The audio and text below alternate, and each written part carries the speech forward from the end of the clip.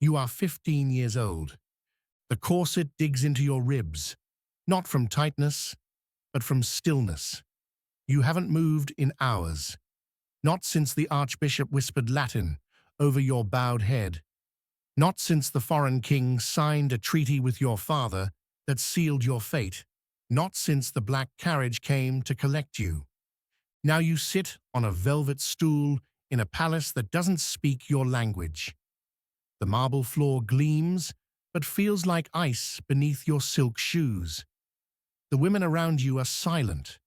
Silent not out of respect, but out of order. No one is allowed to speak to you unless spoken to.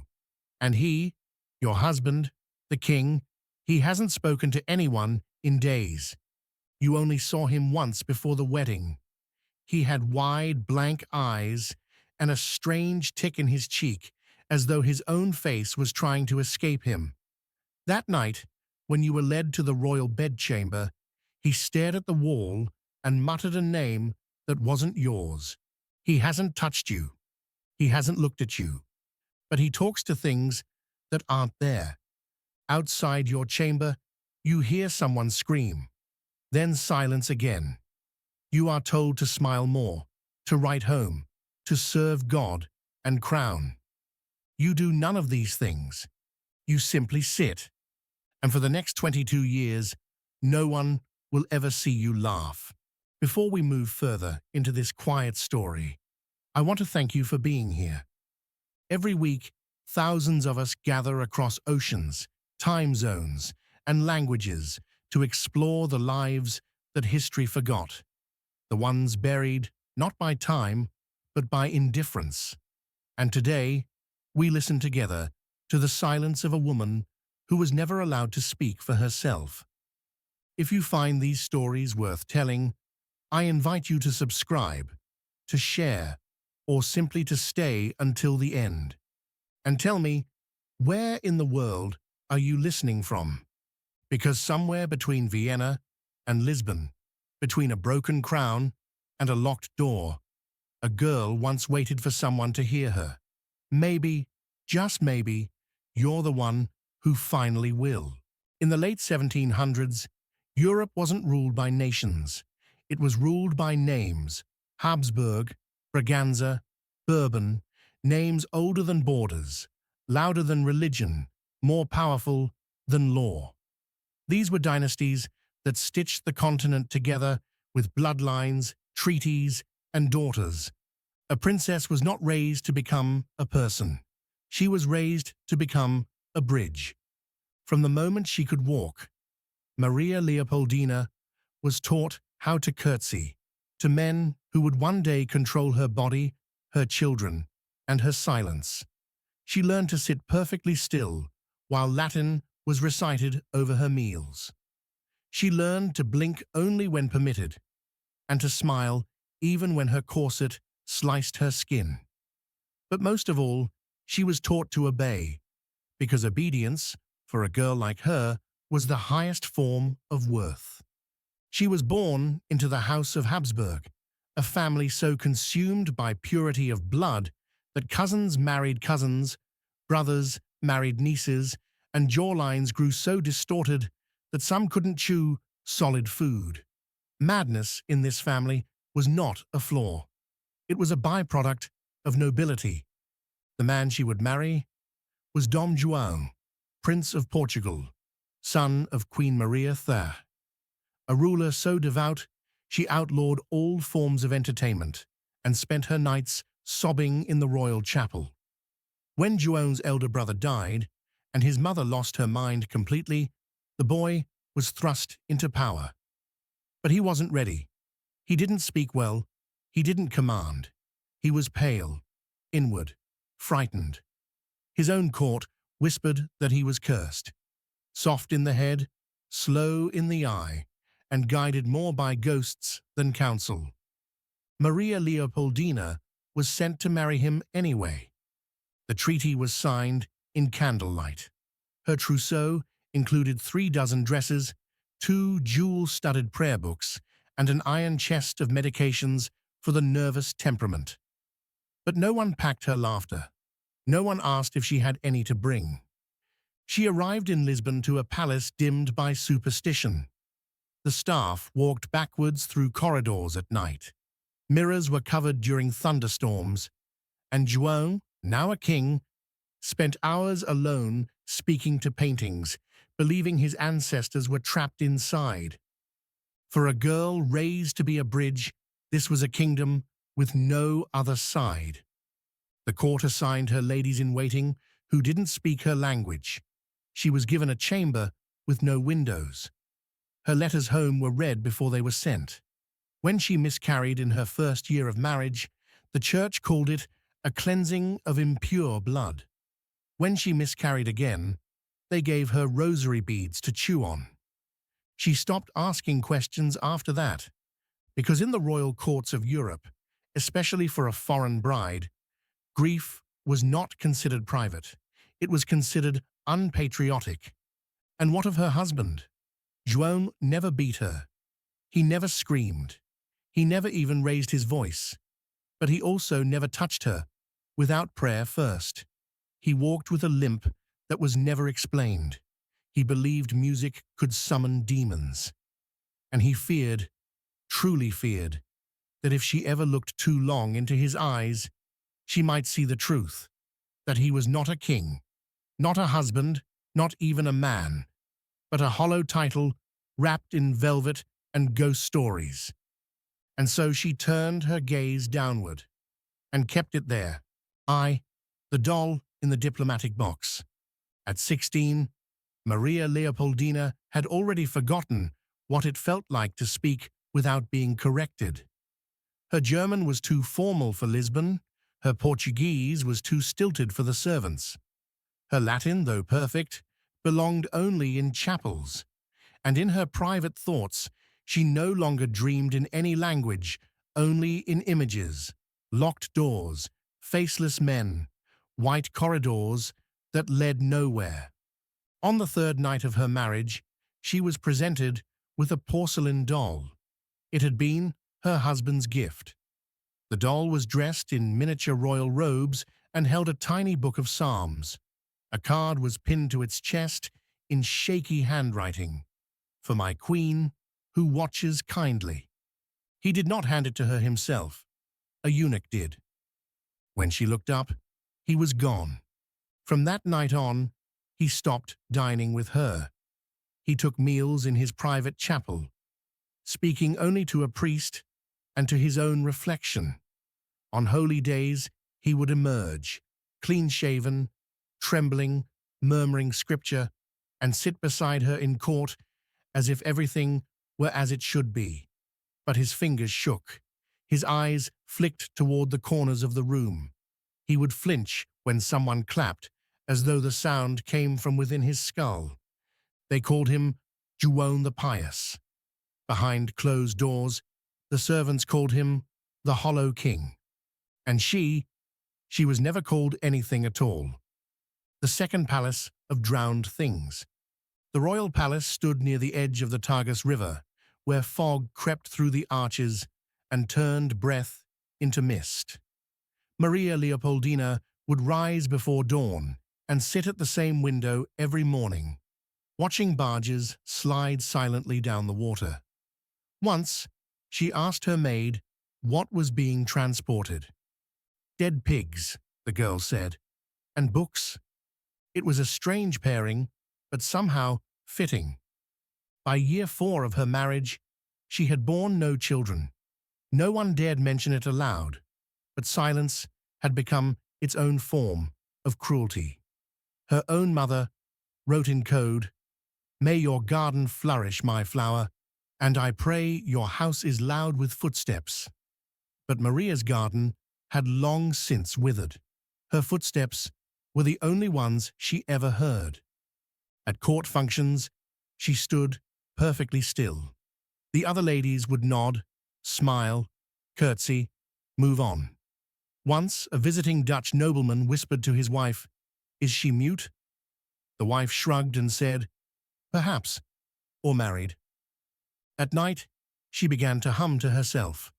Not songs, she had forgotten all the ones she knew, but a low, droning tone, like wind in a locked room. It comforted her. It made her feel present. The doctors prescribed laudanum and mercury pills. She took neither. She no longer trusted people who spoke. The doll, however, remained on her bedside table.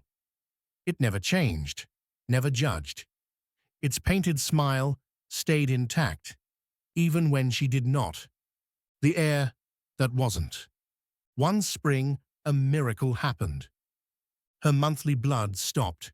Her stomach turned. Her breasts ached. The physician, pale with astonishment, confirmed it. She was pregnant. The court bloomed overnight. Drapes were replaced. Portraits were commissioned before her belly had even shown. A small cradle was ordered from Paris, inlaid with mother of pearl and engraved with the word Esperanza, hope. Joan began to appear again. He sat beside her, hands folded like a child. He whispered prayers over her belly, sometimes in Latin, sometimes in something that sounded like music, but wasn't.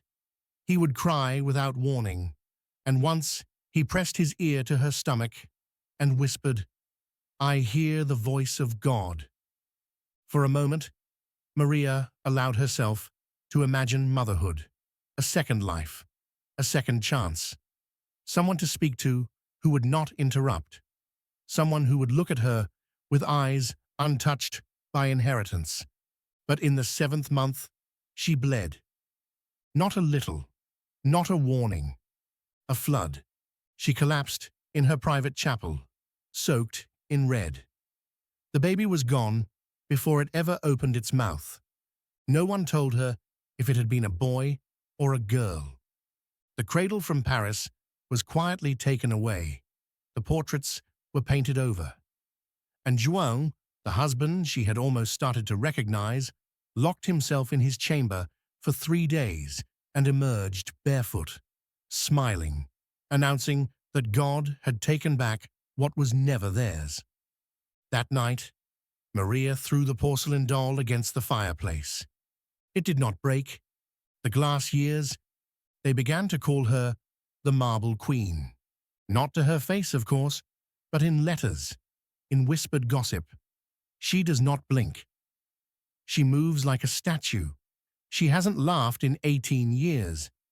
In truth, Maria Leopoldina had forgotten how. What would she laugh at? The palace musicians who plucked harps out of tune? The bishops who told her miscarriage was penance for her great-grandmother's sins? The way her husband still spoke to shadows and once tried to baptize a chicken? She spent her days walking in a corridor lined with mirrors, but never looked directly at herself. Once, a maid asked, "Why?" Maria answered softly, "Because I'm afraid I might not be there." When Portugal was threatened by revolution, the court fled to Brazil. João took Maria with him, dragging her across the Atlantic like a sacred relic. In Rio, the sun burned her fair skin. The language was foreign, and the people stared. One child asked if she was a ghost. She did not reply. By now, she had lived over 2 decades in a marriage without affection, a kingdom without loyalty, and a body that had never been her own. She did not rebel. She did not escape. She endured. Because that is what royal women were trained to do. Not to rule, not to fight, but to endure in silence. It happened on a night with no moon. Maria Leopoldina was in her sitting room, hands resting on the worn spine of a prayer book she no longer read. The air was heavy with jasmine and something sour beneath it, old wine or decay. A maid burst in without knocking, her face pale as chalk. "The king," she whispered. He won't stop screaming." Maria stood, not from duty, but from something deeper, something she couldn't name. She moved through the corridors barefoot, the tiles cold and familiar beneath her feet. At the end of the hall, the guards stepped aside, not meeting her eyes. She entered the room alone. João was on the floor, clawing at his face, His fingernails had left deep grooves down his cheeks. He was muttering in a language that did not belong to any kingdom. His eyes darted toward her, then past her, as if he were seeing through time or into something far more terrifying. And then suddenly, he stilled. "Maria," he said. It was the first time he had spoken her name in over 10 years. He reached for her hand, trembling, bleeding. His lips moved again, but no words came out, only a sound. A small, pitiful sound, like a child asking for forgiveness. She knelt beside him. She did not cry. She did not flinch. She simply held his hand until it turned cold. When the physicians declared him dead, the palace did not mourn. João had ruled through absence. His departure felt like the lifting of fog, not joy, but clarity. Ministers exhaled. The court resumed its posture. But Maria did not return to court. There was no coronation for her, no grand widowhood. They sent her to a convent outside Lisbon, the kind reserved for women who could not be trusted to speak. The walls were white. The food was bland. The prayers were endless. She said none of them. The only thing she brought with her was the doll, the same one he had given her decades ago, still intact, still smiling. And there, in that small quiet room where no one demanded her obedience or her womb, she lived another 14 years. No one ever recorded her final words. But the nuns said she died sitting up, eyes open, lips parted just slightly, as if, after a lifetime of silence, she had been about to laugh. History often forgets the ones who didn't rebel, the women who didn't run away, who didn't scream, who didn't set palaces on fire or write manifestos, only endured, quietly, invisibly, without even a footnote. Maria Leopoldina never waged war, never held a sword, never stood atop a balcony and demanded justice. And yet her life was a battlefield. Her silence, a protest the world refused to recognize. Her endurance, a form of resistance not celebrated in textbooks. We are taught to look for power in loud places, in crowns, in armies, in speeches. But what of the power it takes to survive when no one is watching? To remain whole when you've been hollowed out? To refuse to vanish entirely, even when the world wishes you would? Today, countless women still live within marriages that erase them, cultures that silence them, systems that value their quiet over their laughter. Maria's story is not just a relic, it is a mirror. So we must ask, how many women are still trained not to speak, but to smile, not to choose, but to accept, not to live, but to wait quietly to be remembered? And if we listen carefully, how many more voices might we hear, echoing not in history books, but in the silences between them? Somewhere, in an old convent beyond the hills of Lisbon, there may still be a room where a woman once sat for years, silent, still, and almost invisible to history. Her portrait does not hang in royal galleries. Her name rarely appears in schoolbooks. But if you've listened this far, then for a brief moment, she is no longer forgotten. Thank you for being part of that moment. If stories like Maria Leopoldina's matter to you, stories that live in the quiet, between the noise, I invite you to stay, to share, or simply to reflect. And tell me, have you ever heard of her before today, or of someone like her? Because sometimes the ones who never spoke leave behind the most haunting echoes.